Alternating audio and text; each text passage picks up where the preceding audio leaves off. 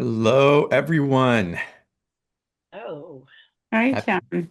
happy Monday. Happy post Martin Luther King. Martin Luther King. A lot of things happening with a lot of energies going through. And I'm gonna ask y'all to mute for a while, and then as we go a little more public, we'll unmute. You guys can raise your hands, ask questions. Um, we'll drop into a couple of things. And first of all, I want to welcome everybody from the BTL community to our little membership gathering that we do weekly here on Mondays. Um, it's a membership there. It's my opportunity to really the inspiration came quite a few years ago. I was guided to open up limited slots for private sessions. And that's still pretty limited. But when the guidance came in, it's like, well, how do I make this more available to other people who maybe don't have the time, want to invest the resources, or maybe don't have the resources to work on a one-on-one container with me. And I typically do it over at least a several week period rather than one-off sessions just to give you hits because I like to go in and really provide support that's going to empower you. It's not that we don't do that in the quick meetings. We absolutely do. But when we have the opportunity to really go deep, to illuminate what is running the show in different ways and what you have access to as we tune into different potential threads that are activated in you. My goal is always to align you with that highest, most lit up timeline for you. Um, so that you can do what you came here to do, which is to live this amazing life that we've been gifted. And in the living that and the experience of that, that you actually become of service to it, not because you have to do anything with it, but because you can't help but to be that, which you wish and hope and know that is possible for this world. And so again, as we activate us, as we get to know us, as we awaken that intimacy, like I like to say, with ourselves, everything just becomes so much more clear. We become so much more available. The heart doesn't have to shut down in boundaries, it raises in standards because you're aware. You're aware of where you come from. You're aware of the lineage of royalty that is part of your star lineage. Waves can come crashing in this earth in different ways, but they're only waves. You are the oceanic consciousness that really has the authority and the power to shape worlds, to create realities. And so, again, we gather weekly here on the membership. If y'all are interested in diving in, there's the special offer link underneath. It's $39 a month. We do 4 live calls every month. They typically last around 90 minutes. Sometimes I'll just go into channel mode and just go for a full hour and then come in for questions. Sometimes we'll pull tarot cards and get messages. We just run the gamut. We just meet as family and community and just are present for one another. Um, so we can remind ourselves and guide each other um, on what's awakening within us and what we're stepping into and what we have the opportunity to create from now. Um, Today's call, y'all, and again, welcome everybody from the BTO community. Hello, everybody from Light. Um, it's great to see you guys here. We were supposed to have a call last week, and my internet was down. Um, and then my electricity was down later in the week, and so many technical things. But my guidance a month before that's like, take that week off. There's a settling in. There's just a sacred space of being quiet and not doing that wants to be inhaled in and held for just a little bit, for just a little bit. because y'all, we're gonna be off to the races soon. There's a lot of things that are triggering um, in our geopolitical and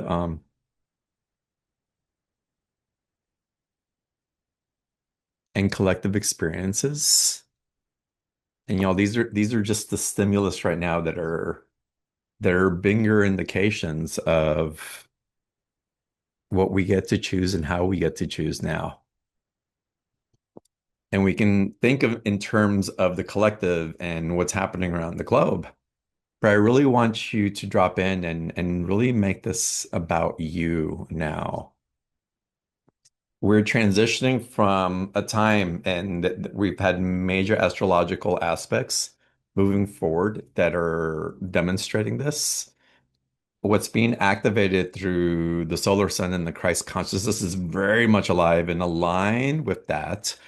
Um, and what we've been talking about for several seasons on Beyond the Ordinary on the membership, what you all are probably experiencing and witnessing in other communities and probably within yourself as well, is that the shift is going from a place where we held this very Piscean, everybody in unity and the collective consciousness, and we're doing something together. And there was this energy of really joining emotionally and psychically into holding a field that would illuminate the heart and provided a capacity to open and see in such a way where we can hold ourselves in whatever was being illuminated and coming up and coming into retribution, whether from past lifetime or anything we've had here, and coming into a place where the reflection of others was pointing us to something that, again, that was being resolved within us. So if you can say that we've been doing some soul retrieval and gathering and awakening with ourselves, but it's also been a reflection of how we've been influenced by the collective. And so again, that very unity consciousness, it's not that we're stepping away from unity consciousness, but the current energies right now are taking us into an Aries archetype, if you will. It's the it's like, okay, how do I direct all this energy now as I've recovered strength, as I've gotten to know myself better, as I've done the work, as I've gone deeper, as I've mined those diamonds in the darkness and the shadow. Who do I know myself to be now? Not who am I going to become tomorrow, maybe. Not who I was I yesterday, and I'm afraid that I'm going to respond and react and receive and output based on who I no longer am. But truly, who am I today? Who am I today? What is true in my heart? What is true in my mind? And y'all, it's time to lead with that.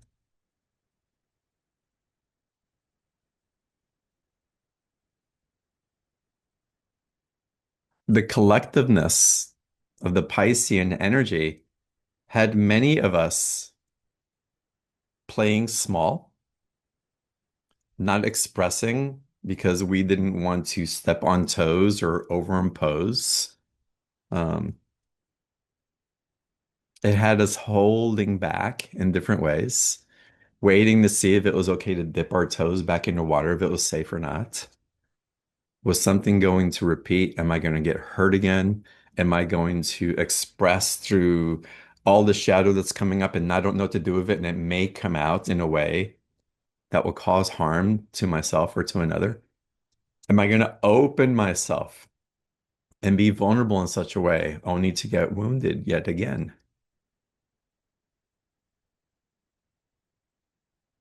And the answer is you're not going to do it the same way you've had done it before. The experiences of the hurt, the betrayal, the abandonment, the being let in and then being shut out, the not belonging, the being too sensitive, the feeling too much, not being understood.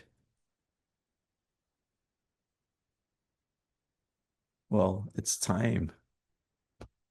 It's time that you be you and dare to allow others to understand you, dare to allow others to really show up, dare to allow others to love you authentically without agenda, dare to know that there's so much value that you provide in just your beingness.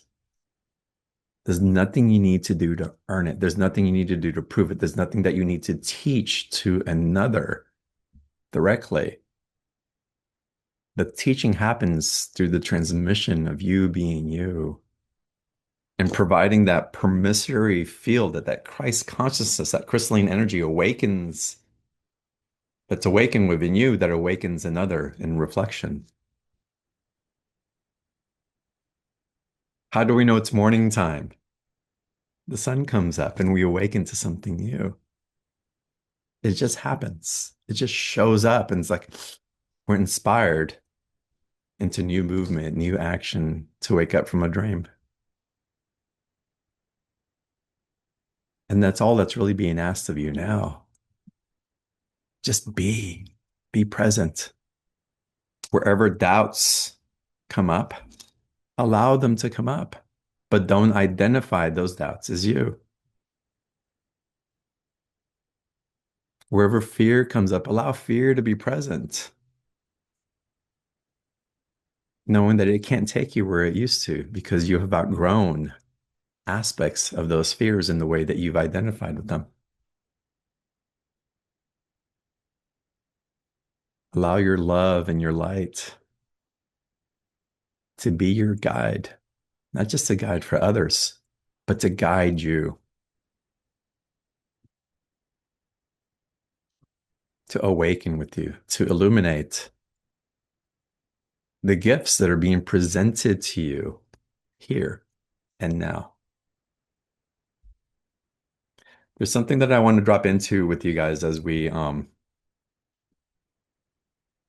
go deeper into the call, just to set the stage.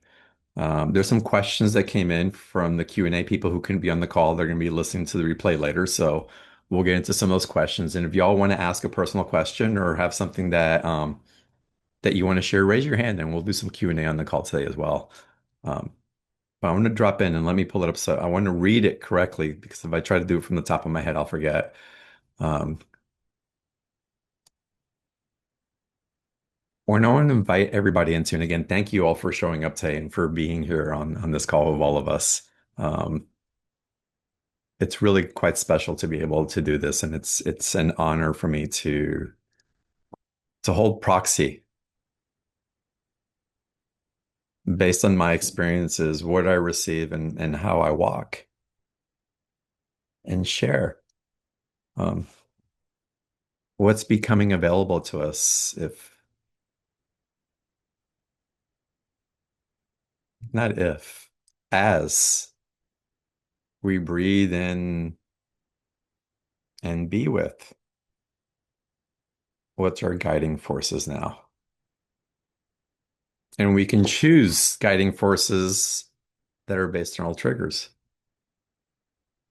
We can be addicted to the news and watching, hoping that something's going to change or being the gossip of what's being presented.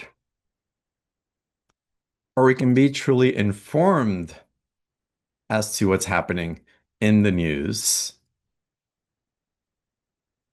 and choose to have a relationship with it in such a way that we're aware that it's illuminating something in ourselves personally that is ready for reconciliation and to mature into a next iteration. We're being initiated by our world events right now. There's no mistake about it. It's not random.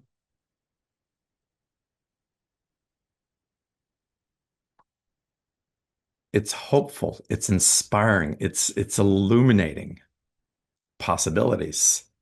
The question is, how do we choose to relate to it?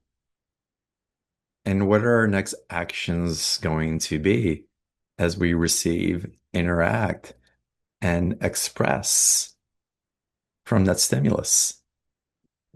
Everything in your life is news to you. Everything.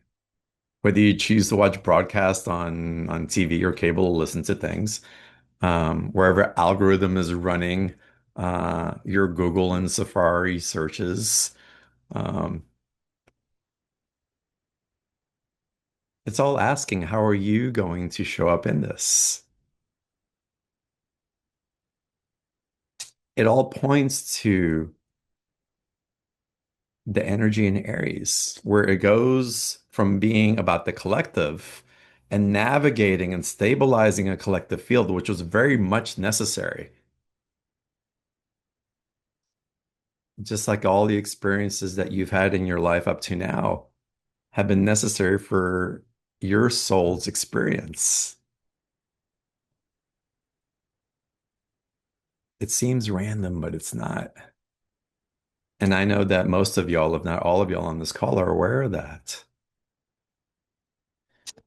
And we just breathe that in and just remember that none of this is random. None of this is random. But I do have the free will and choice of how I choose to interact with the information that's presenting itself right now.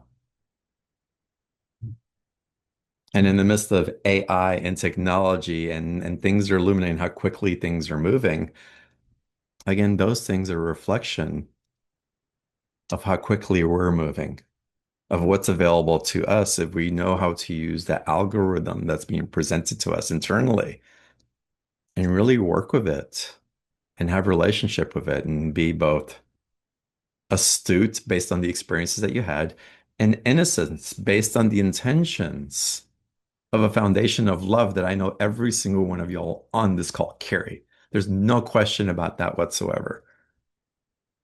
If there's any part of malevolence or manipulation or dark energy running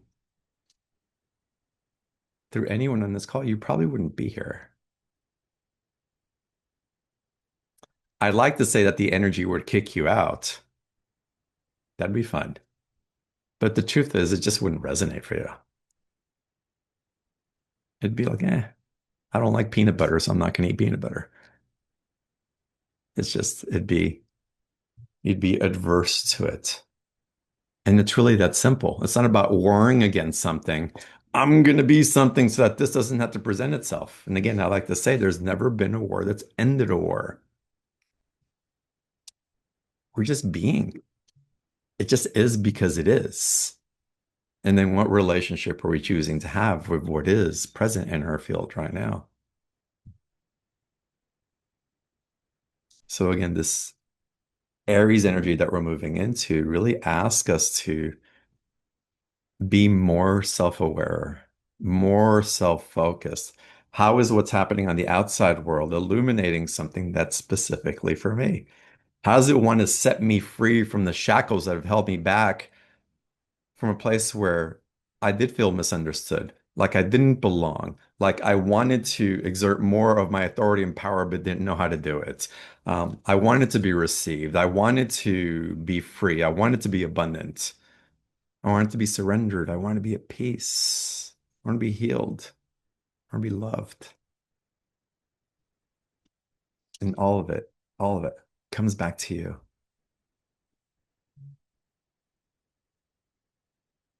And I'd highly recommend a practice, 5 minutes a day, longer if it calls you, but 5 minutes a day.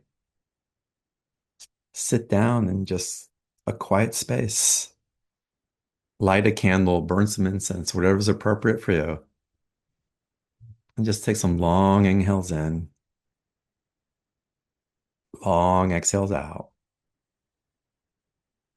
and be with yourself. Sure, you can choose to call in the angels or your guides or ascended masters or beings from other galaxies who may be supporting you if you feel them around you. But what if you just sat and you let them come to you instead of you having to call them every time?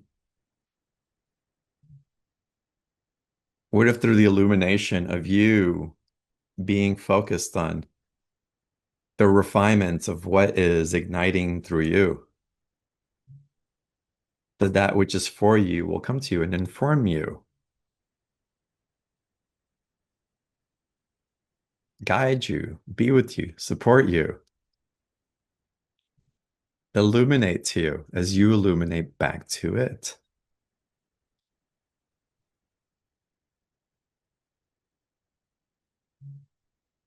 And if you don't know, if you're in a place where something's confusing or hasn't arrived yet or something feels stuck,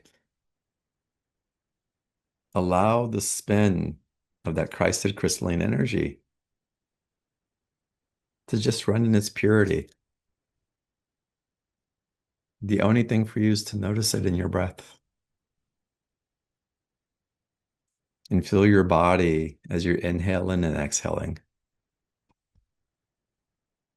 And begin to notice how nurturing it is. The life force that begins to become more available. The softness that presents itself when you gift yourself that pause and that time to be with you.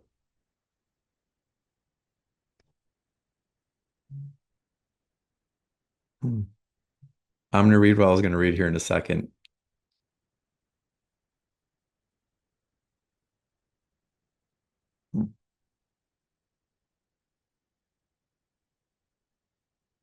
And I pause because I want to double check and make sure that I'm really supposed to say this. And if it's the right time, and it is.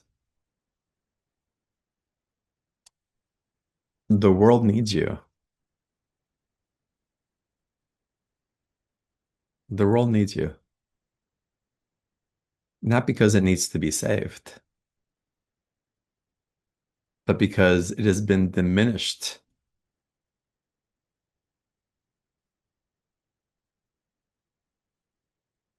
from the shielding of light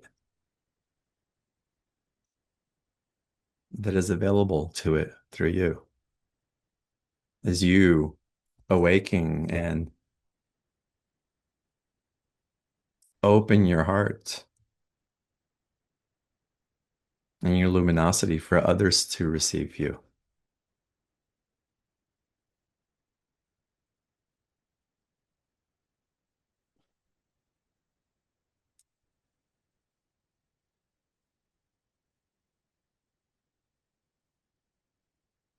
We will all be healed as you allow yourself to love, to be loved, to receive love, and to proclaim that truth rather than to create stories and agendas in our mind that would have us shield against being, becoming, receiving, acting upon that love. We have too many excuses to shut down our love. It's so conditional. We posture and we have agendas, even if we believe that we don't, because again, it's hurt so much in the past. It's been confusing. It's been manipulated. It's been taken advantage of. It's been psychically, vampirically drained from us. It has been coerced into being something that it wasn't for the sake of another.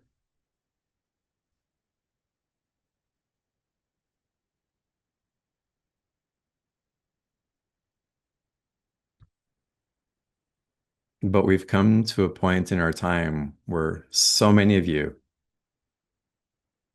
are ascending along this maturation of your human soul, that we can't rely on the history of who we've been to be the pilot of the expression of our love. It just can't be. It just can't be. So we are being called up. Things are speeding up. Everything is being illuminated. Things are being triggered. We're seeing amazing things happening in this world, extraordinary things happening in this world that are both extremely hopeful and extremely dire.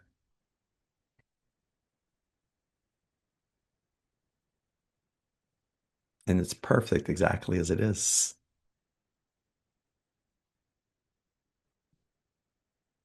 It's all revealing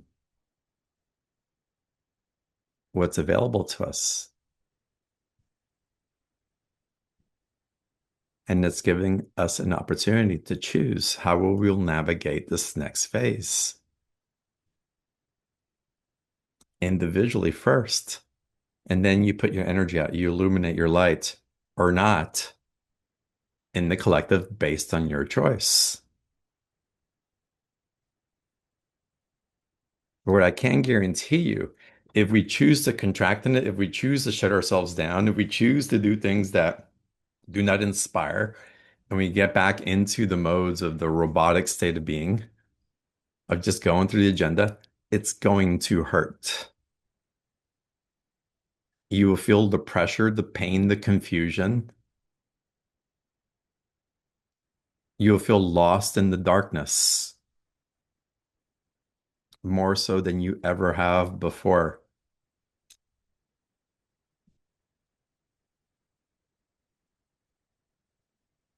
And I like to say it would be self-imposed if you do that. But I'm also aware that we're breaking the chains of a lot of old habits and cultural imprints where we became accustomed to not choosing that light. Not because we didn't want to, but because we didn't know how to access it or that maybe it was even there.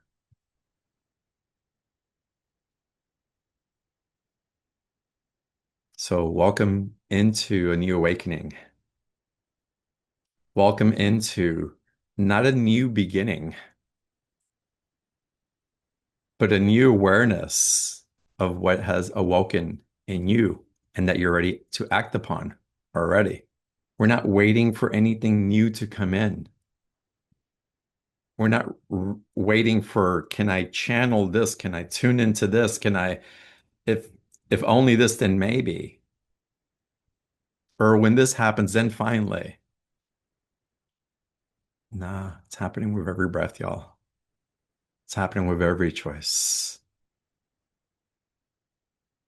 You're walking that path. You're laying the foundation as you go.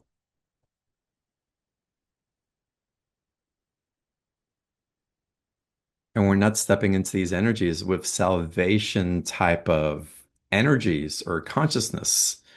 We're not here to save others. We're not here to sacrifice the truth of us for the sake of another anymore. A lot of y'all that are extremely sensitive and empathic have navigated the world because of the way that you're wired is like, let me be at the forefront of feeling dangers, feeling potentials, feeling what may come up, so that everybody else and I am okay. And it's the way that our nervous system is wired. It's kind of like in a herd of, is it a herd of horses? Yeah, horses.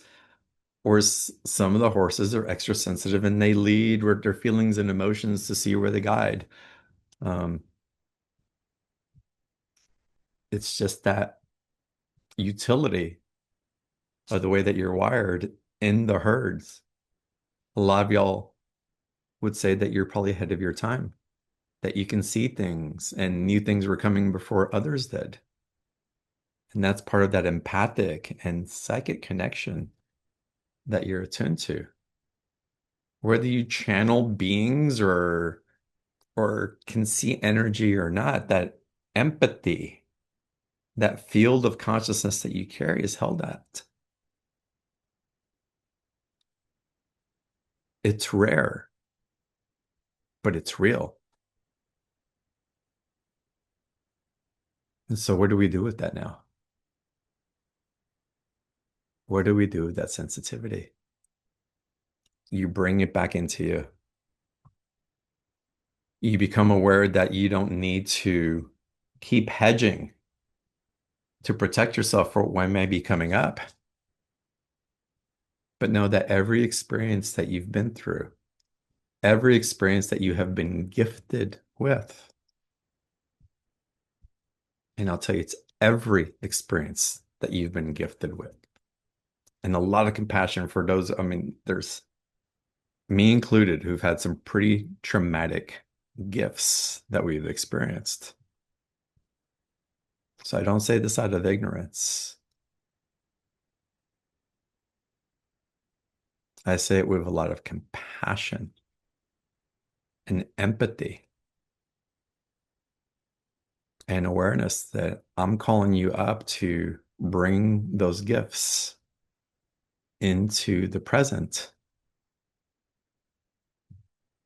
and to allow that technology that you've ignited within yourself through all those experiences to really serve you now. It'll guide you into who to co-create with, who to have relationships with, how to listen to your body, what to eat, what to pay attention in the coercion of the media that wants us to consume. It's set up that way. We live in a Western society that thrives on consumerism. It's what allows us to have many of us to have jobs, to earn a living, to to support our families and provide education, put meals on the table. Consumerism is not bad. It's giving us a structure to support a collective in such a beautiful way. We'll get on calls like this and someone say consumerism, be like, oh yeah, consumerism, it's a bad thing. It's like, hold on a second, it's all serving us, y'all. It's here for all of us. Instead of being so quick to be triggered into that's the enemy and we need to do something to change it or even destroy it.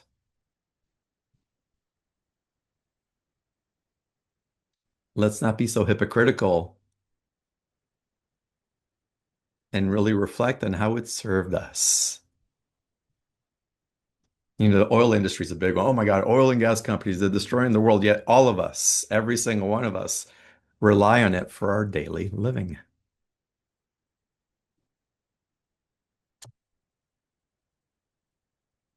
But we need to find ways to bring things into balance. The seduction is over consumerism, unconscious consumerism, just giving just because without being intentional of the relationship that we're having with the particular exchange. I don't like what so-and-so's doing. Amazing. Why? What's it reflecting back to you? What is trying to heal in your system or come to light? And if you're already aware of that and there is a healing, beautiful, then there is a capacity for you to hold a standard for your light and for the other and for the upper, excuse me, and for the opportunity for others to not be diminished in the confusion and ignorance of whatever was being triggered in them and what they kept feeding into. Again, these things that are oppressing us are something that we at one point are still currently feeding in exchange.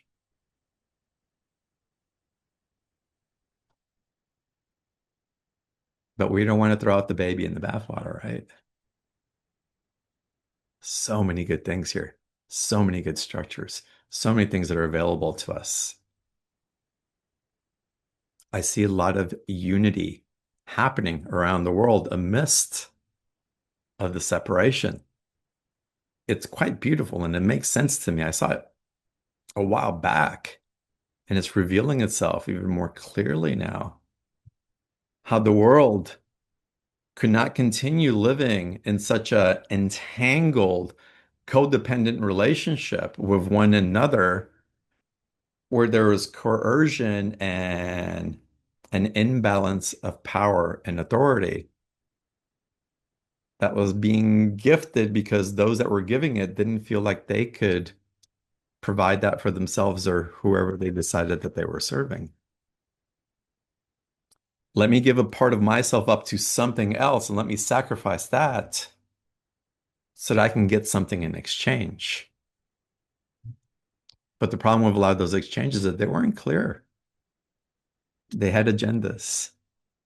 They weren't talked through and agreed to with the illumination of the truth, the light in which it was presented.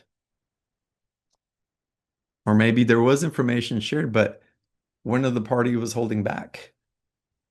And the party that wanted to negotiate with them or to partner with them, they're like, I know they're holding back, but I'm going to do it anyway. What I get from it is going to outweigh whatever risk that is. And that's not going to work for us anymore. The sacrificial energy, that place where you put yourself second so that everybody else can be okay. Because you're strong enough, you're psychically attuned enough, you're resilient enough, even though if you suffer, as long as they're okay, I'll finally be okay. Let me take care of those things, then finally, maybe I can take care of myself. How's that work for y'all? And then when you do start taking care of you first, then there's this guilt, there's shame, there's reinterpreting, renegotiating relationship dynamics because we've trained others as to who we be based on those dynamics. And we've trained ourselves. And there's expectations, there's comfort, there's safety in functioning from the old ways of sacrificing, of putting our needs, our truth, acquiesced so that we can relieve the suffering for another, but truly is so that we can relieve the suffering that we were feeling in them so that we wouldn't have to suffer because we're so freaking sensitive and empathic. I just want them to feel good. They'll be okay. If they're okay, I'll be okay. It's like, it's uncomfortable to feel them not okay. Oh, let me fix that for them so that I don't have to feel all their crap so that maybe I can move on. Or God forbid we did it to earn love and connection and communion. Perhaps it was literally or maybe even physically beat into us as children through our experience with our parents. Or, I grew up Latino Catholic. God forbid it was imprinted from, the symbol for our religion growing up as Catholic, where the symbol for God was Jesus sacrificing himself on a cross and suffering.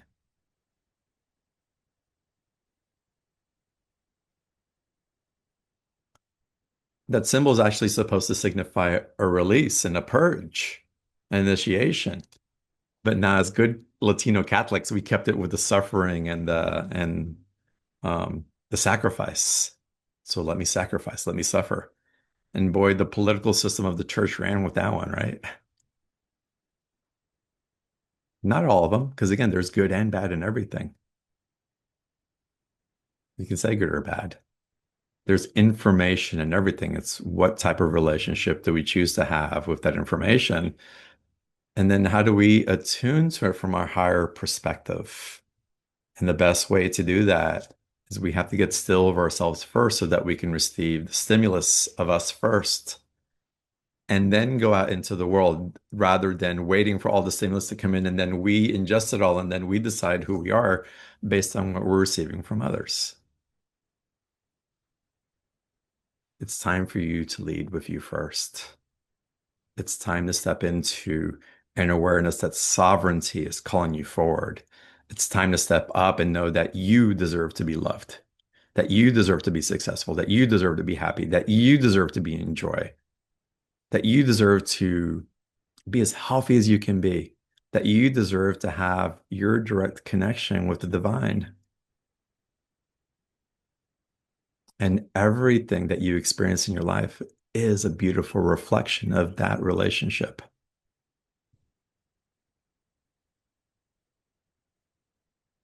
So I'm going to read to you what I was going to read to you and then pull up and then we'll open up to some Q&A. Um, and this is just to settle in, just a reminder where we come back into our authority, but also what's available as you illuminate you into the world, your love, your expression of the divinity and that spark of the Christ energy that you be. And in that spark, y'all, there are galaxies, there are universes. Don't think the spark is small. The spectrum of the light of you is magnificent. And please, please, please allow us to witness it and benefit from it as you open up. You're welcomed, you're wanted, you're received. We get to be in awe of your presence. So, this is the peace prayer of St. Francis. And I've shared this a lot, but I was guided to share it again today. And I'll read it slowly. So maybe after I run through a line, just you can say it out loud or repeat it in your mind. Um, but let's start first just by taking a long inhale and exhale, allowing all the cells in your body to be remembered in love. Maybe you can feel the gift of your breath and presence, just relaxing your body and mind. And here we'll open as a group together the doorways to the temple of your love and your consciousness, this very sacred place of your divine will and creation. So the peace prayer of St. Francis. Lord, make me an instrument of thy peace. Where there's hatred, let me sow love. Where there is injury, pardon. Where there is doubt, faith. Where there is despair, hope. Where there is darkness, light. Where there is sadness, joy. O divine Master, grant that I may not so much seek to be consoled as to console, to be understood as to understand, to be loved as to love. For it is in giving that we receive. It is in pardoning that we are pardoned. It is in dying to self that we are born to eternal life. Amen.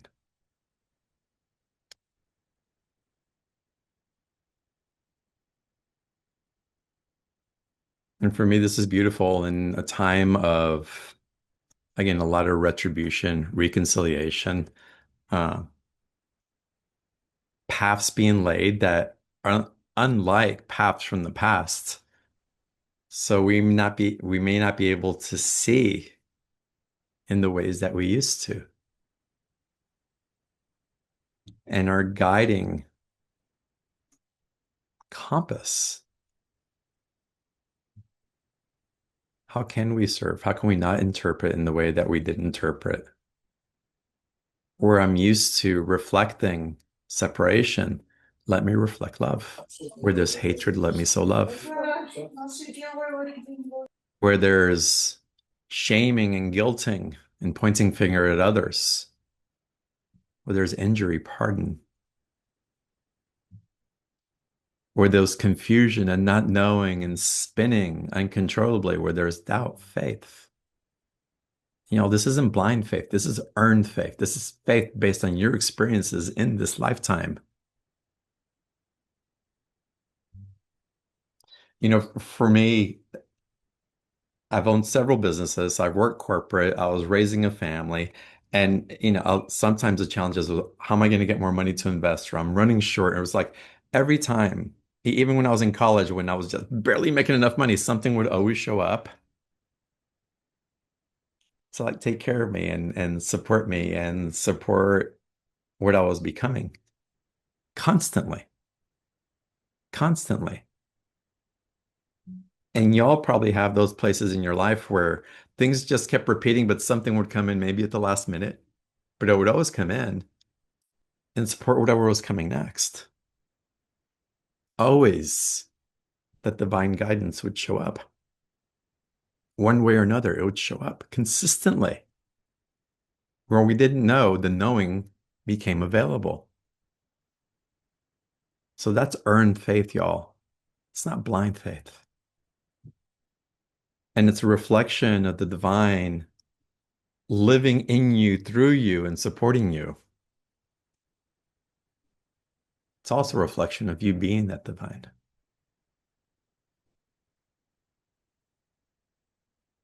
Where there's darkness, light, hold another in light. If they're in fear or confusion or desperation, how do we navigate moving forward? We so are those in holding the light for ourselves, and in that we're so much more capable and stronger of holding it for them. Where there's sadness, joy. One of the most spiritual things that you can do right now is to awaken that joy and that vitality within you. God, we get to be so serious so often. Let's flip it. Let's be more joyous and be serious only when we really have to be. Mhm.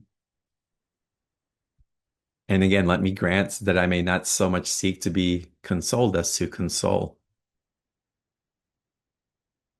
Whenever I'm feeling sad or lost or in my despair, how can I help someone else find the light within them? How can I help them find that hope within them? Or just hold a hand so I can console their heart?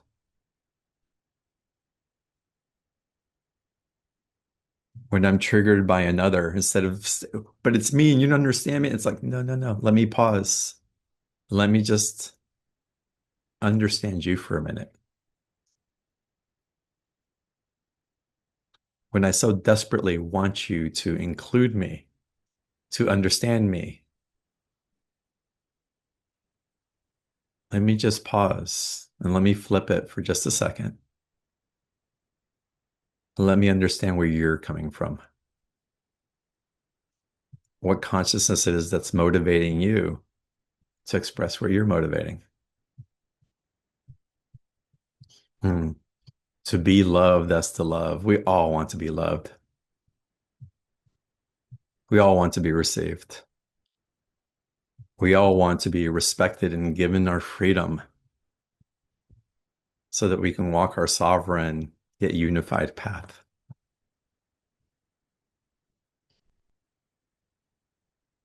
But if we always make it about us needing to be loved and wanting to be loved and searching for that love, what are we doing with that container, that cup of love that we've accumulated along the way? Let us love.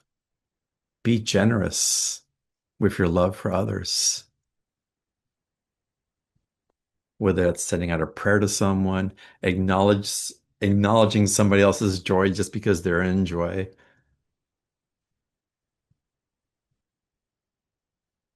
calling a loved one that you haven't in a while without agenda, just to say, I just wanted to say hi, I love you.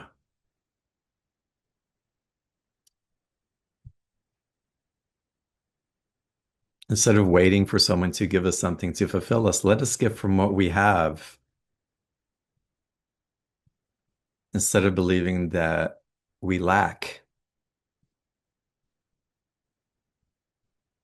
There is something that you have that someone else is desperately hoping to receive. And you take it for granted because it's so natural. It's not that bad that you take it for granted, but it's just who you be. And so it's like, what? This isn't abundance. It's just what's normal. Your normal is somebody else's lottery winning, and you don't even know it. We think we're so empty and that we're missing so much. And there's someone on this earth whose dreams would be fulfilled if they were walking in your shoes. Truly. And it is in pardoning that we are pardoned. I came to a beautiful ceremony not too long ago where it's just, there was, it's hard to put into words, but I'm going to try. Any transgressions from another in my life and in personal, intimate business relationships, I, I got to a point of really understanding that all those relationships were first and foremost made possible because love was guiding it.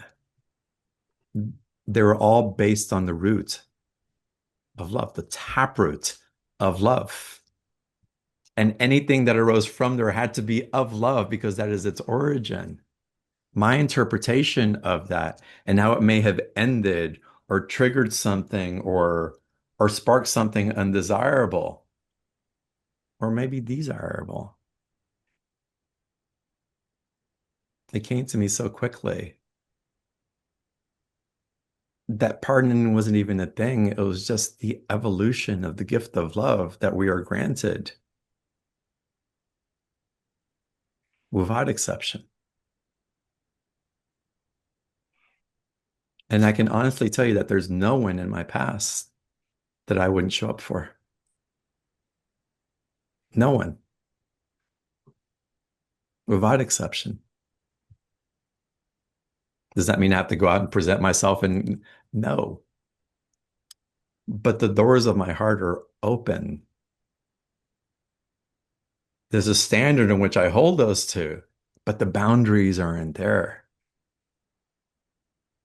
And somehow I believe that, well, I know that in that release, we can call it in that pardon of others, that something got to be pardoned within me.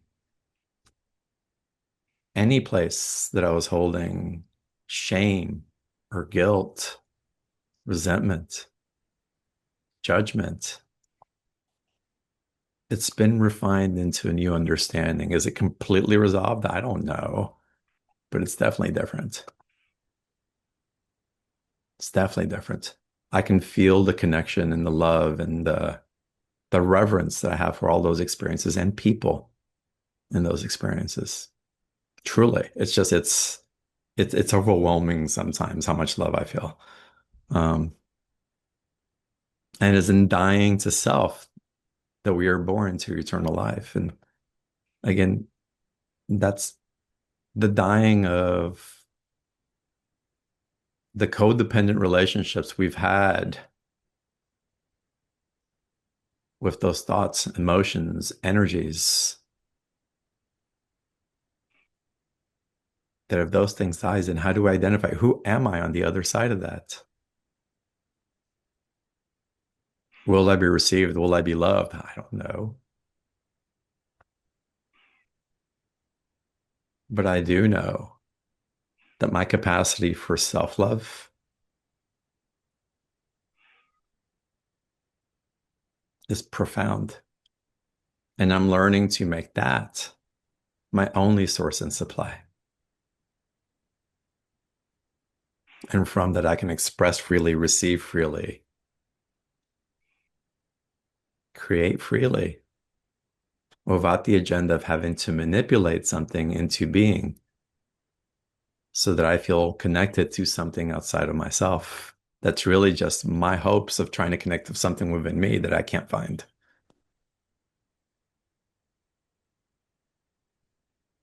Hmm. So again, I appreciate y'all being here, and I'm going to get into live Q&A. Um, but this really is a calling and a transmission that it's y'all's time now. It's your time. Your love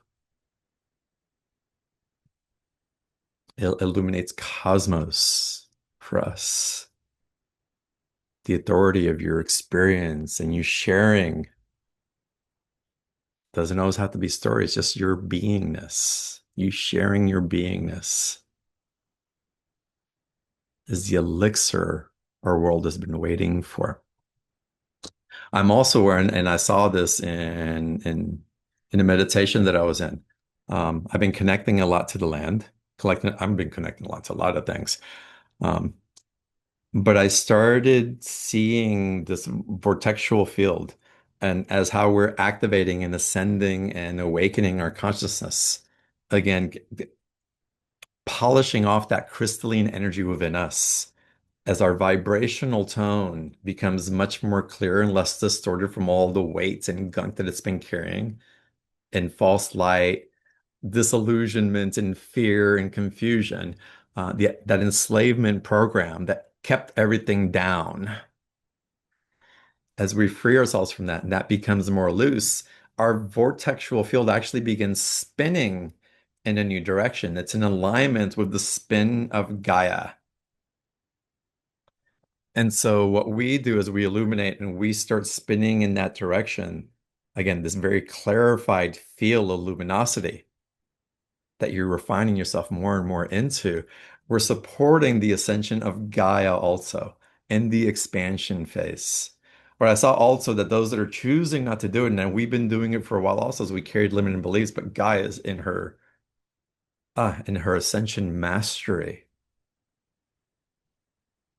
What she's held for us. We've been spinning as a world in the opposite direction. So we were getting to a point. Is she going to implode because we're carrying the momentum of that wave in a counterintuitive way that it can't sustain?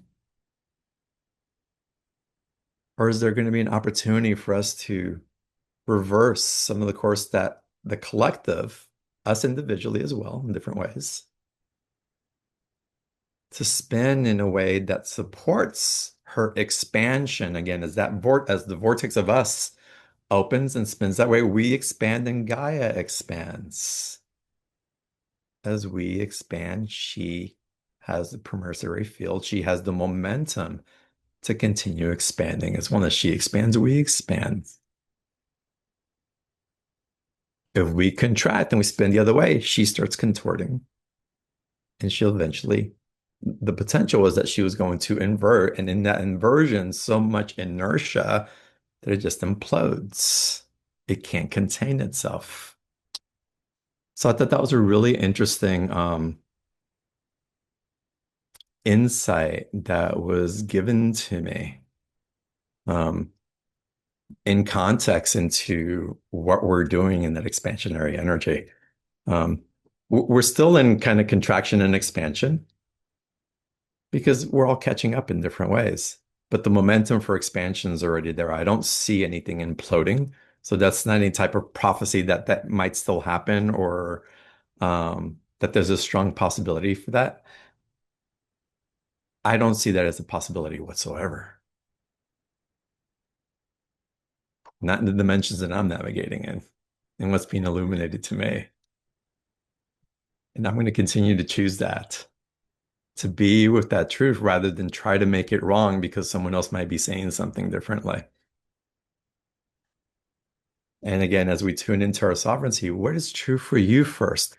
Then go out and receive, and we can use the technology and be in relationship with technology in all forms.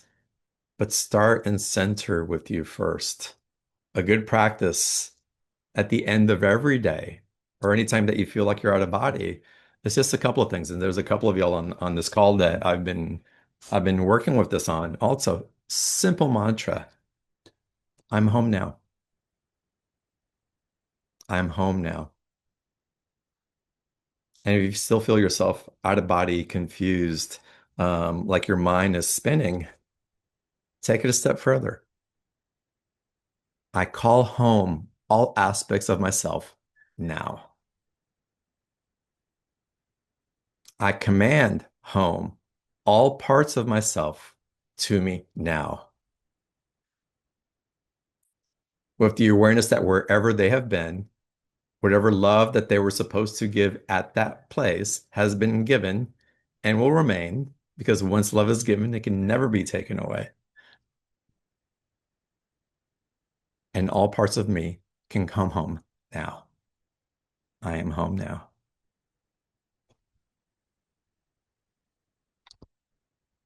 And sometimes it helps. If you see my fingers, take your middle finger and your thumb, each hand, and tap back and forth. I am home now. I am home now. And this is actually an EDMR technique to bring us back into our body. It's super simple, but it works really effectively. Whenever you feel that you've shot out or can't quite land yourself, just tapping back and forth. One finger, then one hand, then the other. One hand, then the other. Deep breaths and just settle in. Hmm. Let's open up to some Q&A. Let's see who we have here. Oliver, I see you on the call. Welcome, brother. It's good to see you. Do you have something you want to share, a question you want to ask? Yeah, thank you, thank you, thank you. Really love what you brought today, John. Deeply appreciate it. And the Thank you. prayer of St. Francis really took me by surprise. And I realized as you spoke it, um, my father was named for St. Francis. He gave up his dream of being a Franciscan friar in order to marry my mum. So I'm forever Wow. grateful he took that choice. But St. Wow. Francis is wow. And you're speaking about, connecting to the land and this just to talk a little bit more about that. So my father had this, he brought this beautiful Catholic ancestry um, and also indigenous Caribbean. My mother was from Brittany, where there's a wealth of standing stones. So growing up, I'd be taken to standing stones and I'd be taken to cathedrals because my dad loved architecture as Mm, well. So these places of great significance and great coherence were places that just became normal for me to go to.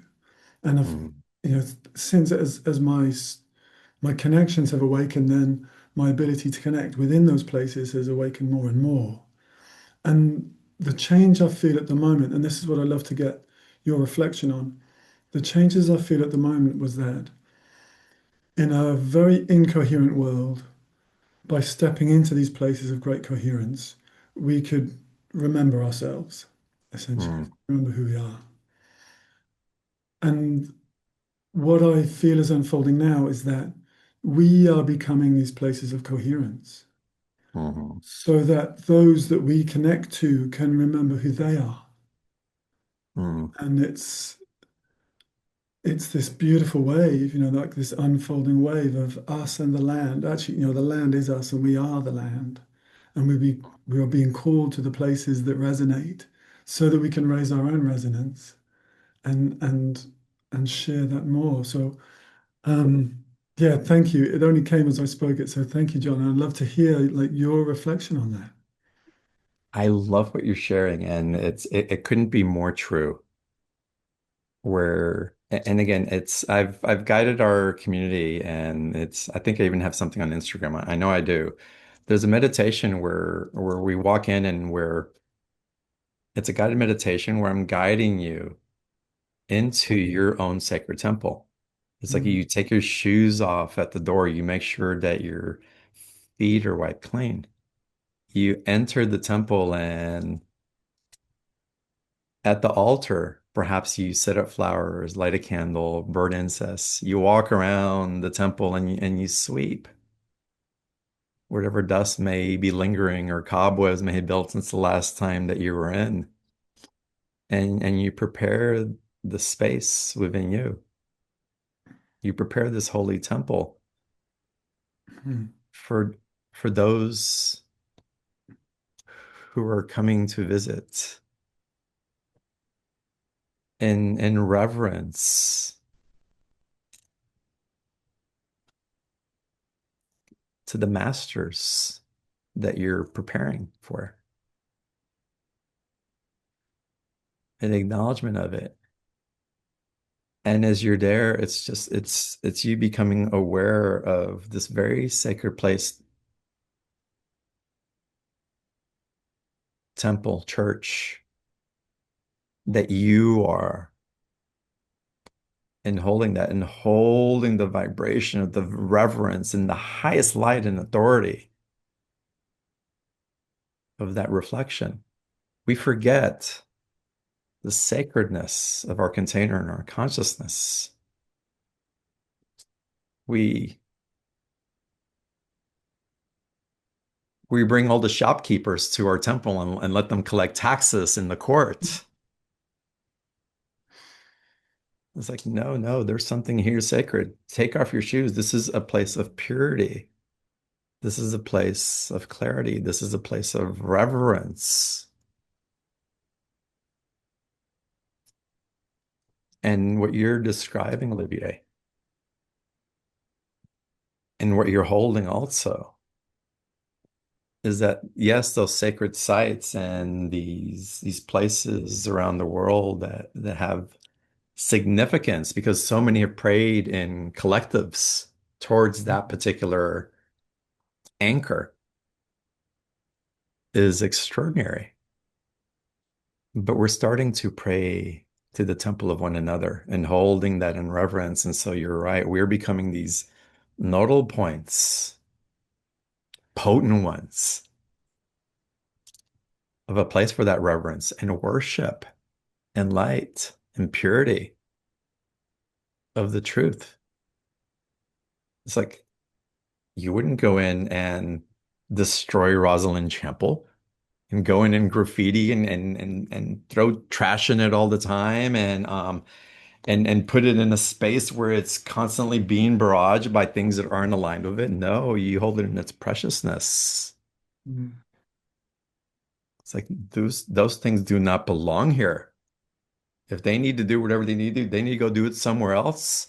And then when they're ready to come and kick off their shoes and wipe their feet before they enter, then they can enter, but not before then. And that's a standard that we're holding for ourselves in our divine temple as well. Oh, you want to enter with anger and judgment and manipulation and your pollution, your trash, your no, no. My temple is not for that. Go find your resolution somewhere else. And when you're ready, you're more than welcome to enter, but not until then. Not until then. That's a standard. That's an authority that we're holding, not in judgment, but in alignment. In alignment. So what you're speaking of these places, and how you're aware that's illuminating through you. It's powerful. So Mm. powerful. We're all doing that. We're all doing it in different ways. Just be aware of your temple. Be conscious of what you're allowing through the doors and why. And hold your standards really, really high. Breadcrumbs aren't good enough anymore, y'all. Hold those standards high. If y'all don't know Olivier and Megan, they've been on the show before on BTO. Amazing, amazing facilitators, musicians, just transmitters of energy, just super epic. It's great to see you, brother. Thank you for being on here. Bless you. Thank you so much, John. Beautiful. Blessings. Thank you. Pierina, hello.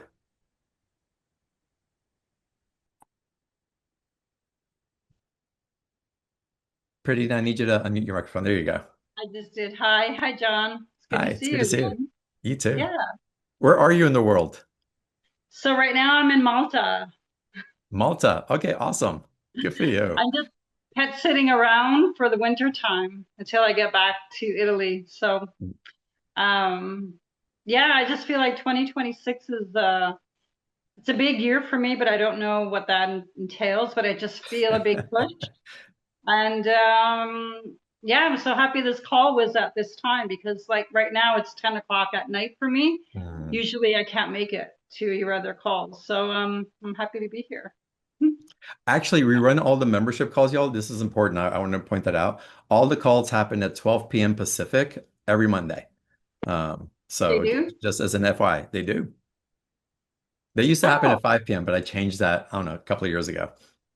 oh, okay. I didn't know that. Yeah, now you know. Okay. Yeah, perfect. Even the light calls? No, on Monday? The light calls are on Monday. Yeah. The living in the Really? extraordinary is what we call light. Yeah. So what question do you have, or what do you want to share? Yeah, I don't know. I just feel like, well, I feel like I'm being called to check out um the temples in the pyramids in Mm. Egypt, and but I don't know if it's safe to go there right now because I have this sit ends at end of February, and I have a few weeks off, and I thought maybe I'll just jump over there, but then I don't know. It's totally safe for you to go. Really, I have friends that live there. Um, really? women, like groups of women that live there and navigate all over the place. It's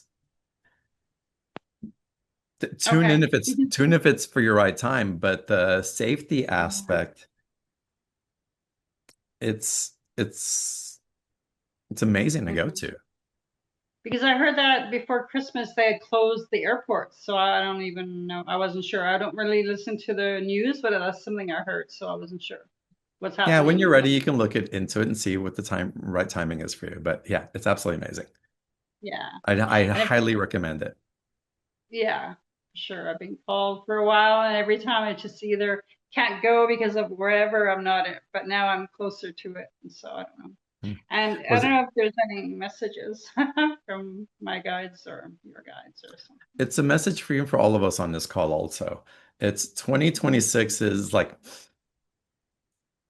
prepare for the best, or is it prepare for the worst and plan for the best? Okay. There's a lot of shakeup happening, a lot of shakeup happening, a lot of fighting for posturing and positioning, um, for control of a narrative, and also loosening and letting go of the narrative. And stay in your lane.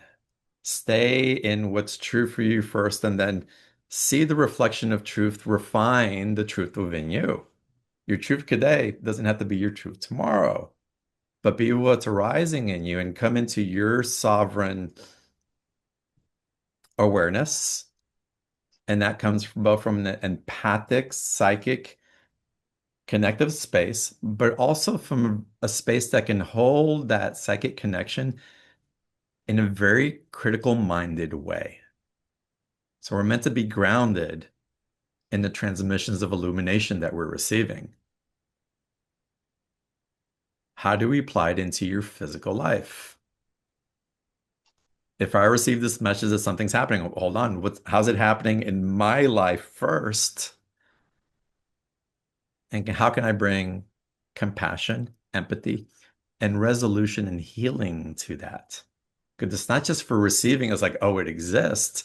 No, what am I supposed to do with this now? Because before it's like, oh, past life, and my past life this, my past life that, or it's like, okay, so what do I do with that?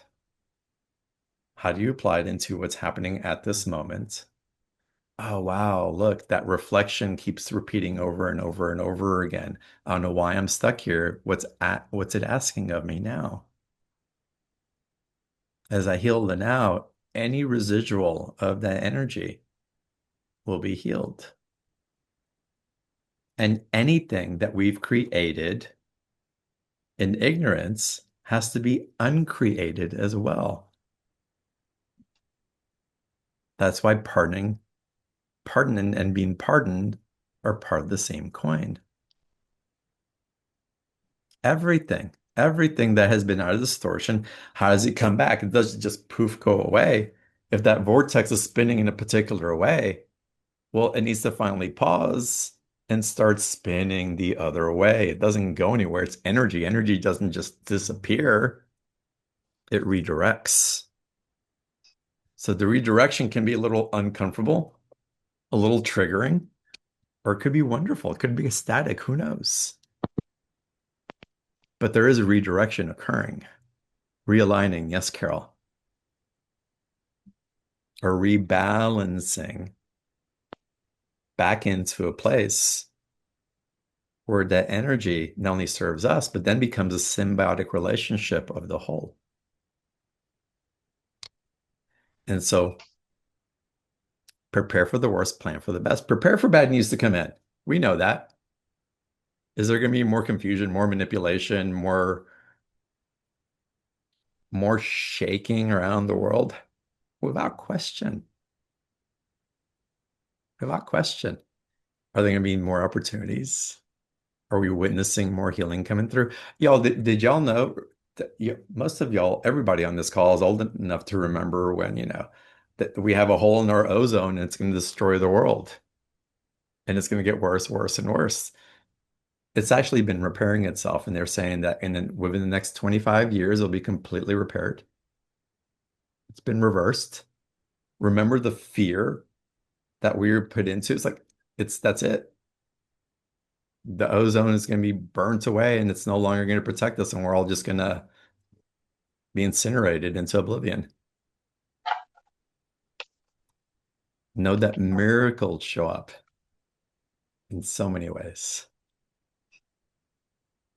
Solutions are available to us as we become the consciousness for the solution, where we no longer start feeding the narrative of the unresolvable problem. We open up in faith based on our experience. Well, I was in a hole before, but look where I am now. I didn't know where light was going to come in, but look how it came in. Look for those experiences as a living evidence in your reality of what is possible of the divine within you. And how somehow your soul always seems to have your back. Somehow you're surrounded by a legion of angels that will never allow you to forget the love that surrounds you. Ever, ever. That is constant.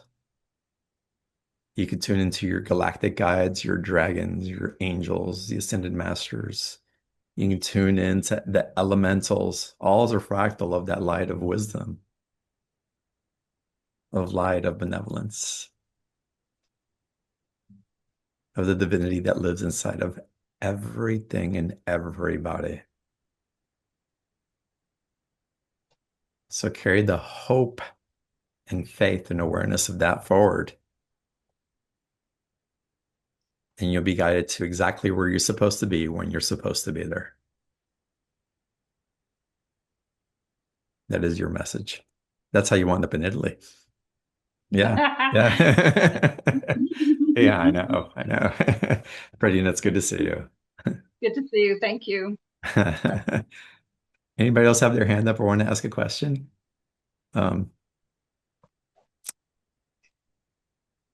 Okay, you're coming up as Robert, but I know it's not Robert.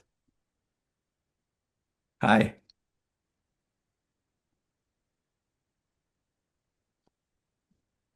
Hello, John. And I just want to say I feel truly blessed to be in this call with the beautiful community that you've have around you. And Mm. I always feel inspired every time I hear you and all your community members speaking. So My question, I'm approaching retirement officially, so, and I'm a past yoga teacher for 18 years. I taught yoga and meditation and Pilates, and I'm feeling really drawn back into that in a strong Mm. way. I'm not feeling the confidence, but I'm feeling and I'm feeling my soul calling me to do that, and I'm feeling and hearing people around me asking for it. And I just wanted to know how you felt about that transition that I love so much. I love you asking me this. Can I begin with your name, by the way? Oh, I'm so sorry. It's my husband's. My name is Susan, Susan Campbell. Susan. Hi, Susan. I'm so excited for you. Thank you. The second you started sharing about it, I got that's like, wow, she's reconnecting into a relationship with divine that's available to her now. So this isn't about the doing or performing or serving others, which you will be.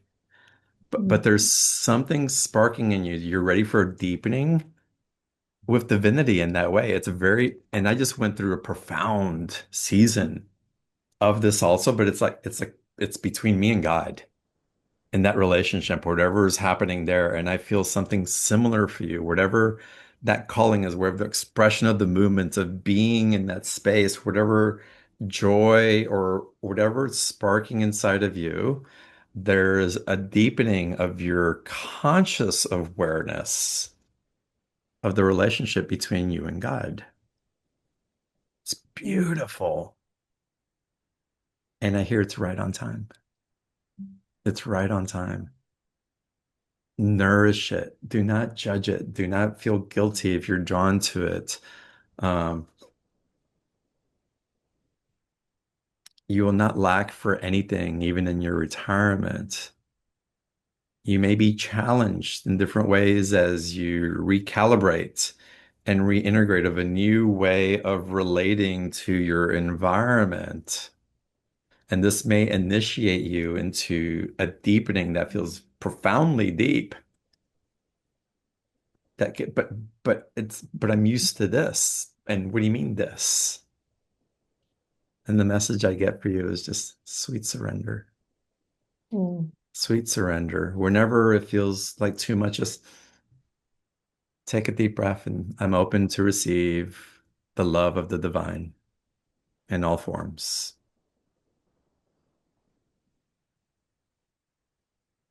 Thank you. That's beautiful. Thank you. Mm. And one more thing. And the mantra for you is it God? No, it's God. For you, it's God. You can replace divine if you want. God is my source and supply. God is my source and supply. I am my source and supply. God is my source and supply. Anything else outside of that, it's whatever we're having a relationship with. But nothing outside of you is your source. Even your yoga practice isn't your source. It's a means in which you can tap into the source of your supply. It's a Mm, vehicle, it's a technology to allow you to tune in ways that maybe otherwise you wouldn't. But it's been gifted to you because you can receive pleasure in it as well. You can receive an expression of you in movement or in consciousness, having that dynamic ignited within you of the divinity. It's beautiful. mm. Congratulations on your retirement. Thank you. Bless It's, you. I really appreciate I'm like, I feel you. It's so beautiful. Thank you. it. Thank you. Thank you. Blessings. Enjoy, enjoy, enjoy. Uh, Anybody else have any questions? And there were some questions that came in that I want to address also. Jillian has her hand up. Okay, Jillian, I'll get to you in a second. Let me read one of these other questions and then we'll get to you. Thank you, Neil. Um, so KT wrote in, she's in meetings all day. She wants to know how to encourage others to stay positive when small talk is usually, how is the world a mess right now? I try to hold a container of love and light, sending it back to the light. She credits Karen Tobias and then Debbie Johnson, who's been on the show, which helps me as a facilitator. However, I believe people are open, craving, starving a specific task or direction to help the tipping point, if this makes any sense. It does make sense. Um, I would pause, KT, and we can become a witness of when people are in small talk.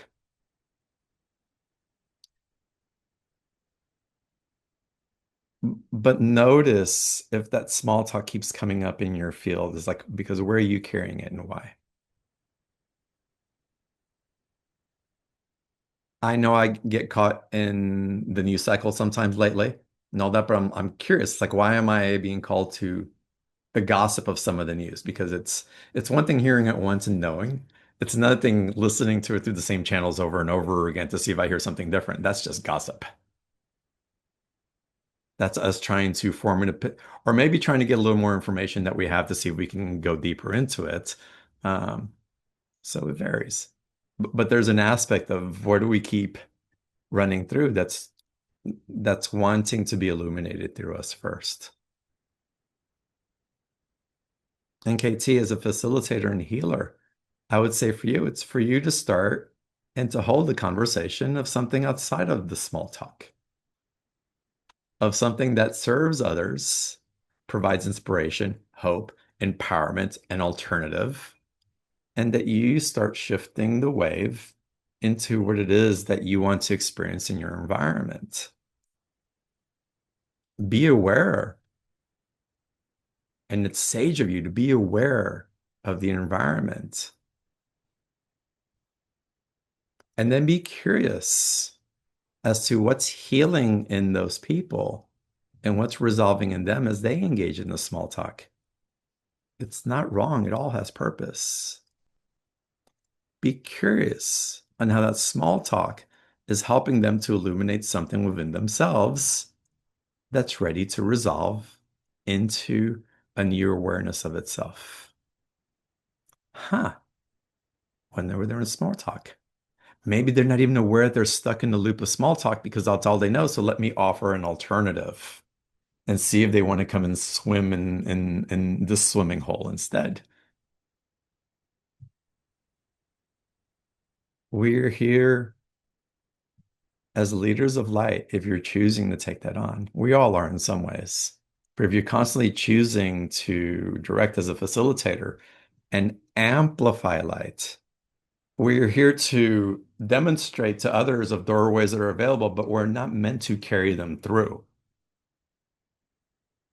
That's their job. They're the only ones that can make it through.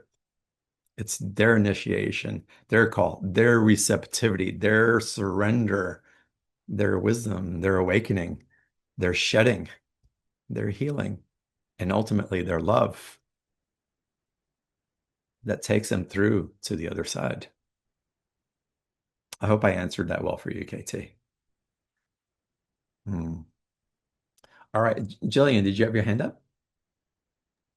Yes, I did. Thank you so much. Yes, I of actually course. emailed my question in yesterday because I didn't think I could make it today. And thanks to a snowstorm, I was able to make it. And I'm so glad I did.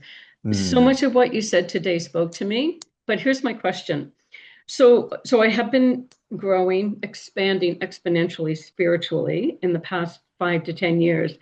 And I'm retired now. Susan, I'm so excited for you. Retirement is wonderful. Um, and I found myself I call it inspired action. I'm working with refugees. I'm working with inmates. I work in a soup kitchen. I'm counseling men with active addictions, and I work with Indigenous people. Are you a I'm minister, Jillian? no, You definitely carry that minister energy without question. No, before I retired, I was a nurse practitioner, and I think I've always had healing roles in other past lives. I see myself as a healer, um, and I'm writing a book, and it's called Sacred Mm. Roads: Discovering Spirit Through Travel. Here's my question, though, John. I'm really struggling with, and I think it's an internal issue as opposed to external. Usually is. Um, I feel like when I'm talking about these things that I'm bragging or I'm boasting. And I Mm. want to know how can I share what I'm living and loving um, humbly without feeling like I'm talking about myself or I'm putting myself on a pedestal or I don't want other people putting me on a pedestal. How do I navigate that? I was actually going to read your question, so I'm glad you came on. I read through it earlier. Do you feel that I'm bragging or boasting when I'm on my call and sharing? Not one bit. Yeah, so what would make you think that other people what would make you think that you are bragging or boasting? Are you afraid people are going to judge you as bragging and boasting? I think that's it.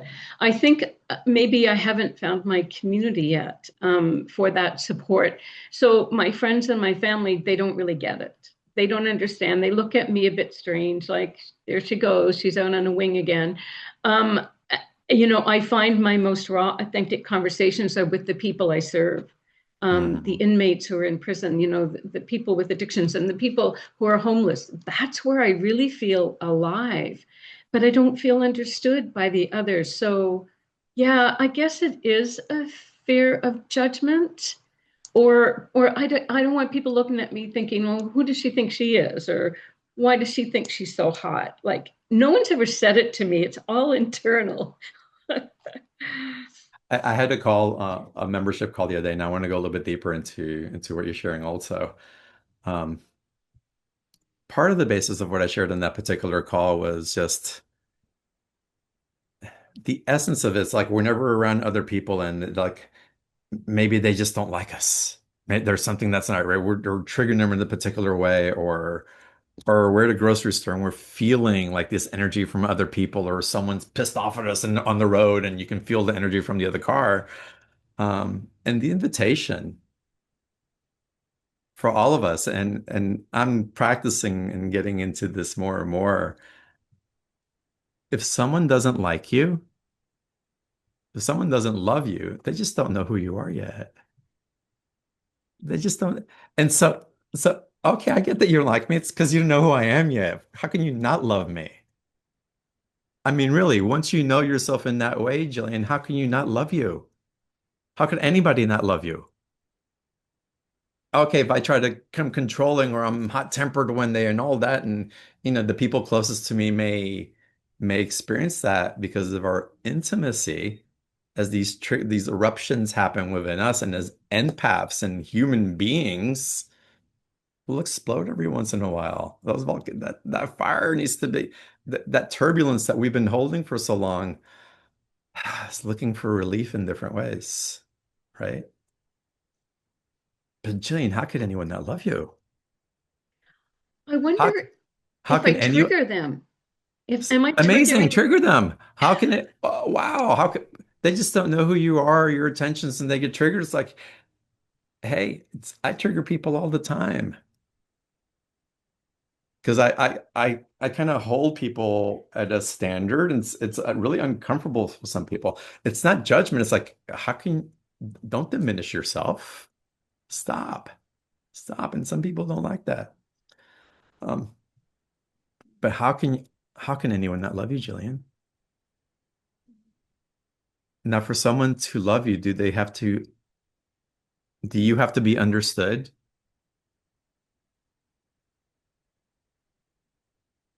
Does someone have to understand you for you to love them? No. Then why are you seeking for that? No. Love, no. The love that you be, and walk forward in full confidence of that. If somebody's triggered, it's like, you're welcome. You're welcome. That's my service to you, not that I want to cause harm, but I'm walking you just in my beingness of a way that you can discover a part of yourself that you have forgotten is real. And yeah, when I come online, it's like the energy that comes through and I'm channeling it, it's like it's amazing, and I feel so received and open and illuminated and met. And then I'm out in friendships or out in the world or at the gym. It's like, Doesn't feel as good as that felt necessarily sometimes. It feels like small talk sometimes when I'm used to this, right? Yeah. And again, let me not so much seek to be understood than to understand. So in your ministry, and I want to call you because you've got that ministry energy to you. Allow what's been awakening within you, the potency of that, to really lead in authority. Really lead in authority. As when I first started the show, and I've shared this on other shows before, um, but something in me released when this passage came through from A Course in Miracles. And I used it or I interacted with it because it was helping me to overcome stage fright and fear of not knowing what to say and holding back. Um, but over the years, I realized more and more how it really functions and transmits across every area of my life. And I'll try not to butcher it, but I'll share it here. I am here only to be truly helpful. I am here to represent He who sent me. I don't have to worry about what to say or what to do because He who sent me will direct me. I am content to be wherever He wishes, knowing He goes there with me. And I will be healed as I allow myself to teach others to heal. And that's just knowing it. What a gift and what an honor it is to be here. We think we're guiding this, and we are through our expression. But I'm here only to be truly helpful. I'm here as a representation of that divinity that created me.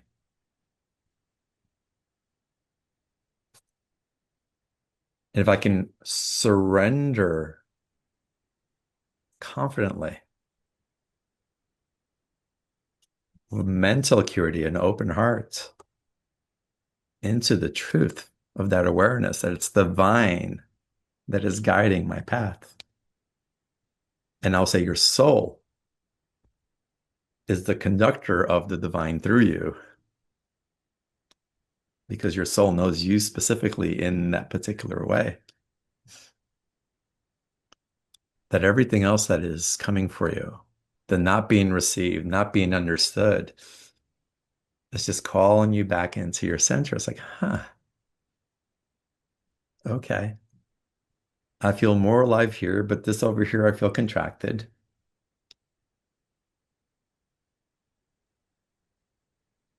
How can I allow the vulnerability of that contraction to present itself and I still be in the divine in that? How can I allow the power that comes through in that connection with the divine and how I transmit it to others and allow that come through even more? And how can I bring it all back into balance in the center point with the realization of what a gift, the awe and wonder it is to be in the expression of all spectrums of that light. And let me surrender to it. Let me surrender. Wherever I'm in the darkness, let me find the light within me to eliminate my passage. Wherever I'm in the light, let me serve that light from my overflowing cups so others may receive from it. And remember always, always, how amazing the love that you are. And if anything is coming in that's trying to reflect the contrary of that, you just laugh at it because they just don't know the love that I am yet. If they want to, they will. If they want to invest the time, if they want to be present for just a minute, I'm happy to illuminate the love that I be. Just because that's who I be. Not so they can get something, so I can prove something, so I can heal something. Your love just is your love. Does that serve you? Very much. Thank you. It's almost like it gives me permission. Sometimes, Yes. I also grew up in a very restricted Roman Catholic background, and we were told to be quiet and not speak. And, I haven't spoken my truth until the past probably year or two. So I think I'm still getting my sea legs. I'm just learning how to walk. And You're yeah. the canary in the cage with the door open that doesn't realize the door is open. So we can say the religious structures, we can say our environment, the people in my life, this other things, financial conditions. I don't know. It's like, and you can keep flying in the cage, but love, your door's open. Just relax into it. It's safe to leave the cage. It's safe to leave the cage. Go sing your song outside of it. Please, please. Forget about those things of the past are no longer relevant to you anymore. Now you just get to choose. And as it comes up as a stimulus of something that's maybe contracting you, I was like, oh wow, I was holding that. Wow, I get to release it. So it's not like, oh my God, I let go of everything now. It's as we progress forward, different things, different stimulus will come up. As that stimulus comes up, we get to release it. We get to transcend it into a higher vibration of us. We get to bring the power of what we invested in energetically and reclaim that power back into our light. We're not just getting rid of it. Again, we're reclaiming. There's a reclamation going on. None of it is wrong. It's just been used in ways that do not serve us, in ways in which we're ready to expand now. Yeah. I Love love the that. work you're Thank doing. you. It's just thank Thank you. you so much. Thank you. Rosalind, welcome. Hi. I'm really absorbing what you said to Jillian. I have that same struggle or sense of push and pull of being in my light when I'm in service and in these, doing my work with people and knowing that that's where I am. Um, Mm, and then the outside world not reflecting. I'm going to try and be succinct. I think what I am asking for some guidance on or hoping to hear you speak to, and I think you just did, but I might be asking like a little bit of nuance, is about being a body, being in a body on the planet, having this access to consciousness. And you were just describing a sense of like bringing in our illumination and letting that really guide our steps. But I always, so I know that there's a gap because I haven't figured this part out, is like dealing with the loneliness mm. of the misperceptions and the lack of being met. So, the answers are like, love yourself more. It sounds like there's work to do. And that disconnection from being kind of in this exalted place for other people and holding that light and knowing that that is who I am and then like walking this path where um I have needs as a person and Mm. I don't want to meet all of my needs myself. So anyway, there's something about the body or that I'm asking about and I figure you Th- might pull that There's a out. couple of things that are coming in really strongly. Mhm. Um, the first one, and I don't have anything to write with. Okay, I'll try to remember. The first one, let go of any needs for it to be just right so that you can finally put it out. Either if it's something that you want to share, if it's something that you're trying to create or write, the perfection exists in the moment. And whenever we try to stranglehold the expression, waiting for it to be even more refined, it starts to kind of back up in our system and it causes like this heaviness and confusion and like we don't belong and we don't know. And it's really surrender into when you know, and it doesn't have to be perfect. And it's in the imperfection that it actually becomes a vehicle for connection with others because then you're co-creating in different ways rather than being up here, the one with all the answers, and then people kind of because that's still a hierarchy in relationship where no one can ever catch up with you. No one, and then it's your job to keep it up here. And if you don't, then your identity collapses because if you're not the one keeping it all together, then how are you going to earn love? How are you going to bring community to you? How are you going to be received? Who's going to relate to you? But they're waiting. They're waiting for the crack so they can come in. Crack open just a little bit.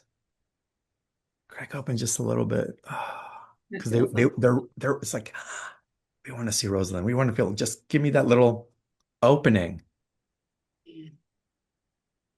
And then the power of your luminosity and the innocence of it. It's going to gift you more than what you ever hoped to receive.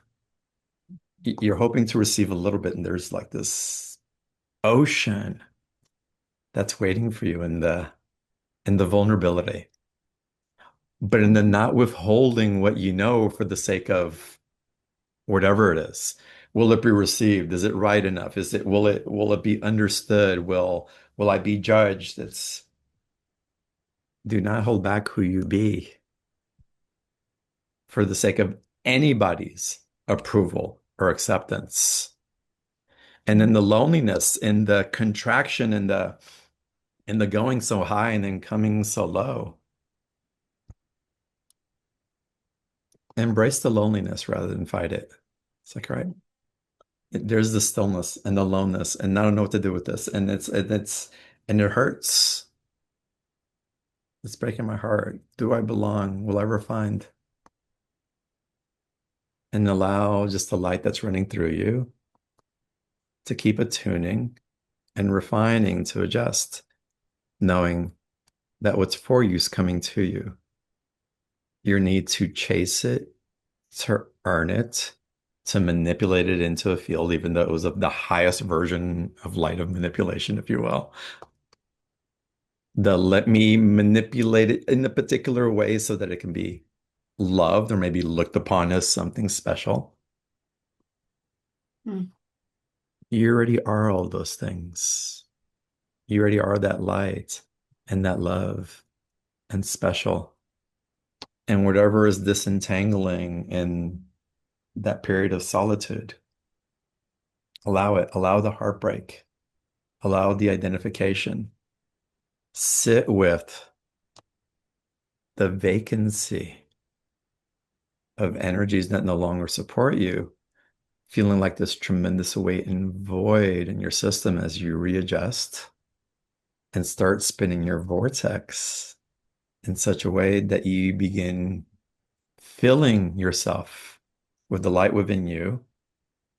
And then the expression of the mirror is being drawn to you because of your capacity to hold it so strongly, so powerfully. A lot of times when you bring in so much light and that expression of the divine through you, it's a bigger gap in the letting go also because some may tolerate a greater degree of that density of confusion of whatever energies kind of keep it. But when you go so high in that vibrational force, the depth of the density carries tremendous weight. But it's all part of the light. It's all bringing us home. We can't go up there without experiencing what's happening down here because we're being guided to call it all up. And so for you, it's take a deep breath. Know that you're being received. Know that love is here for you. It really is. When you feel alone, connect to you. Just, I come home to me now. Because I never feel alone. When we get to that place, we start reaching out and we lose ourselves trying to make something else our source and supply. We all go through it in different ways. But again, the places of luminosity that you're tapping into, um, I feel them being quite profound. And you have a very intellectual way of navigating things that's extraordinary. Um, and bring all that intellect into your heart and just like, I've got everything that I need right here, right now. And I can share from here right now. All that's being asked of you is clear communication. Clear communication. No fear of what it has to be for someone else or what it might mean for you if you say something the wrong way, but just really tune into the innocent part of you that is expressing this awareness. And then the wisdom in you that's aware that through the transmission, even if others aren't aware of it or it's not received that way, that it is a transmission of love. Be unwavering in that awareness. Do not allow it to bend based on somebody's reaction or interpretation. You know who you be. No more bending. Okay. Thank you. Do you have a follow-up question to that, or is That's a lot. There's a gap in me. I felt myself want to be like, well, what's the process? I think you brought up perfectionism, this idea of perfectionism at the start. Um, and that makes sense to me. Um, and then that can, the process, your process isn't stop holding back putting it out. yeah. And it at first I was like, is that my business? Is that my work? But I think you're saying yourself. Just In whatever aspects it wants to come up. yeah, You'll be directed in business to yeah, put something out and you'll just know it. It yeah. will just happen. You don't have to force it. In your personal life, it'll be like, okay, it's time. It's like you won't be able but to help, but to follow through on the stimulation. In the rest right now, in the quietness, in the loneliness, it's like if that's guiding you, it's like, all right, well, here I am. That's what's in like I'm not inspired to do anything yet. What's beautiful about you is I don't feel you stuck in it, like you're looping. I feel like you're going through a season. Something is growing inside of you, and and it's not quite ready to press the on button yet. You're almost there, but Yeah. trust it. It's not having embodied tribe, like that part of just like being a physical person and a social person and like loving connection. Yeah. That disconnect because I am kind of in these exalted places and then trying to like, just interact in the world and not wanting to bend, not wanting to be different, but being really inclusive and inviting and like that's just my nature, very welcoming. So then I kind of then go back up here Yeah. and people are like, I'm just not that real to people. So it's just figuring out, Be I, with it. Stop trying to yeah, figure it out. yeah, don't T- figure it out. Talk to me in 30 days. I have a feeling there's going to be a shift Oh, energetically and opportunities yeah, thank within you. the next 30 to 45 days. I get more 30 days, but there's this momentum that's happening and maybe you don't feel it like the stream moving strong enough. But it's definitely moving and there's a reason why you're in this incubation right now. I just so appreciate the encouragement. Just like knowing like it's a process and I'm Yeah. not wrong for having it. I always hear, love yourself more. I'm like, boy, I think I'm kind of good at that. But yeah, thank you. That was really It's an unfoldment of a season that is being stimulated through you right now. Mhm. That makes And sense. just think of it as a season rather than a process. Because in the process, it's like you need to tinker with it and fix it, right? It's the season, it's this wave that's flowing through you because of the technology that you be. You're Yeah. already the process, you're the technology. Yeah. Let the stimulation really inform how Mm. you're being wired to respond in ways that may be new to you or that feel in alignment with that next calling that you're feeling strongly. Mm. That desire, you're wired for community and for connection. So it's like to not be there is like that's like my zone. Are you kidding me? Um, but you're refining something in that. And I'll be curious, Mm. your capacity to interact in those spaces on the other side of the season ending and that new season beginning. I'll be curious what joy and vitality that you get to experience in a way that you haven't experienced before, not because you have to do and process for others, but because you allowed this time of integration to really dismantle old structures within you so that you don't have to carry those into the next iteration of what you're choosing to create in communion with the divine. And if Yeah. you're creating in communion with the divine, part of the alchemy, without fail, is awe and wonder is part of your experience. So be available and be ready for awe and wonder to really stimulate you as you create anew. Yeah. Thank you. Yeah, So grateful. Thank you so beautiful. much. You're so welcome. My pleasure. My honor. All right, y'all. Oh, Tara, we've got you. This is gonna be our last call. Say hi to Tara before we end today's call. And before we get Tara on, y'all, if y'all want to come into the community, I'd love for y'all to join. There's a link in the chat box. It's $39 for the month.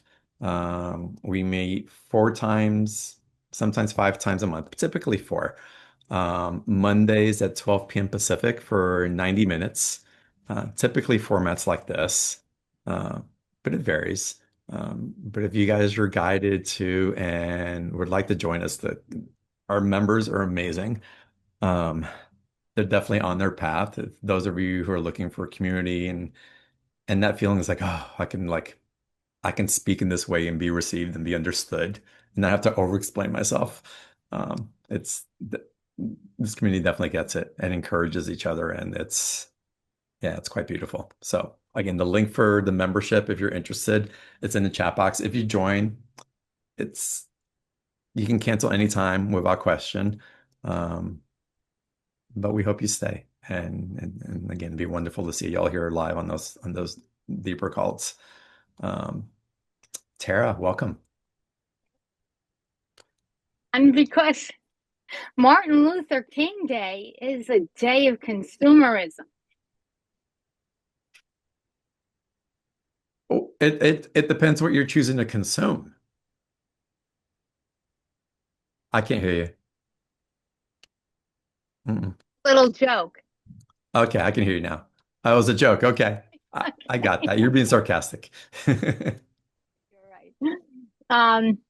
No, because I wanted to listen to the call and I had to keep calling.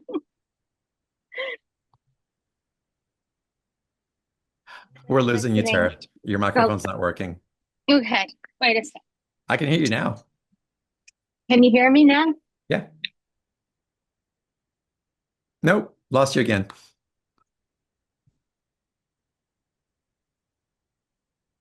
See, that's what Tara gets for being a smartass. Can you hear me now? Yeah. Tara and I are dear friends, so I get to pick on her.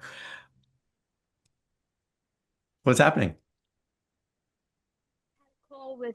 Anyway, I'd like to tell everybody that I've been in this group for 6 or 7 years now. Mhm. And I'm my different person.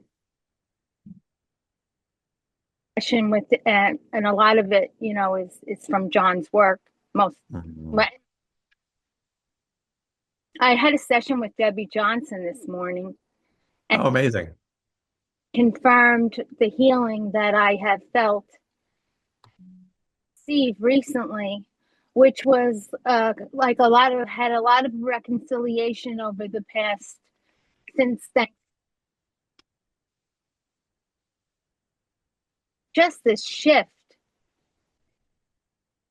Hey, Tara, we hear half of what you're saying. We're getting the context, but it keeps going in and out. I apologize.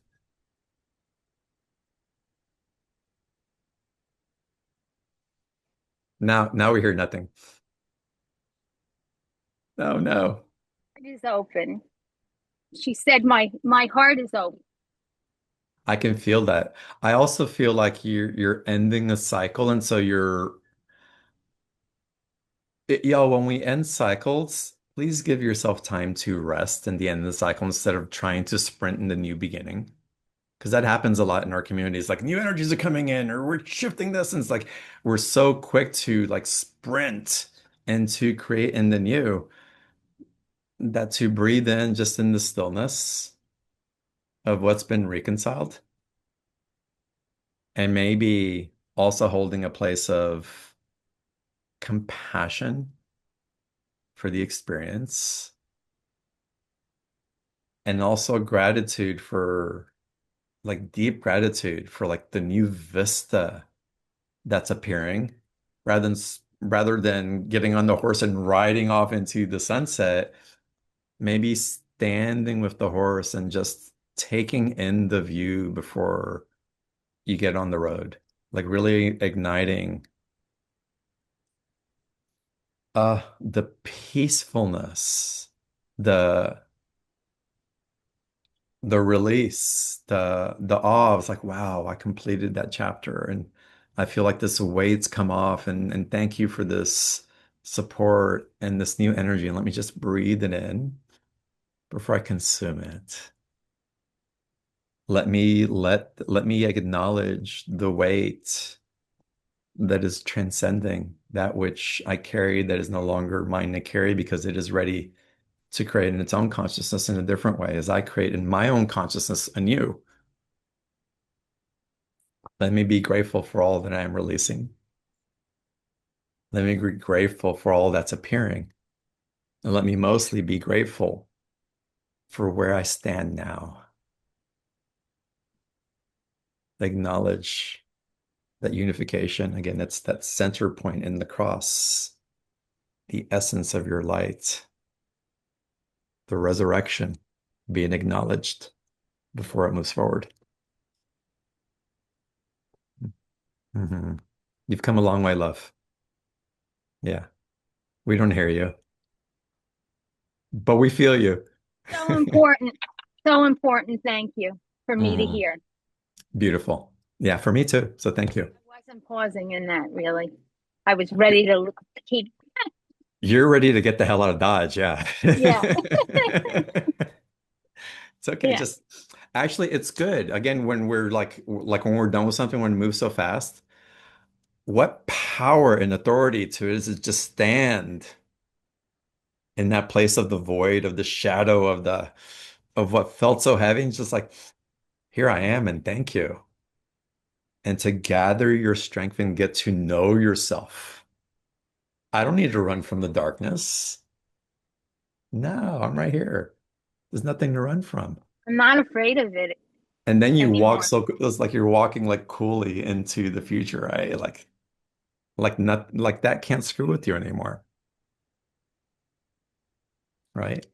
So hold in that space, just feel you gathering what you've accumulated and allow that accumulation of strength and awareness of light and love to be part of the alchemy that you're carrying forward. Hmm. All right, love. It's good to see you. Thank you. All right, y'all. I've kept y'all for a long time on the call. Thank you for being here. Um, More than half of y'all who sustained the 2 hours.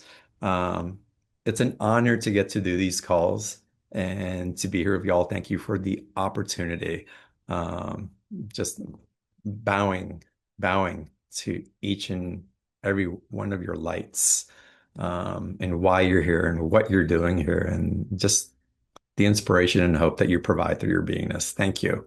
Um, I look forward to seeing y'all on the BTL calls. We start tomorrow again with a new set of speakers. And hopefully I'll be seeing some more of y'all on the membership calls. But until either tomorrow or the next membership call, I love you guys and I look forward to seeing y'all soon. Love and light to y'all. Love and light, Neil. Blessings, Donna, if she's not here. Donna Yeah, normally comes in with love and yeah. blessings. Okay. That's why I said it. She's not here. Okay, awesome. Bye, y'all.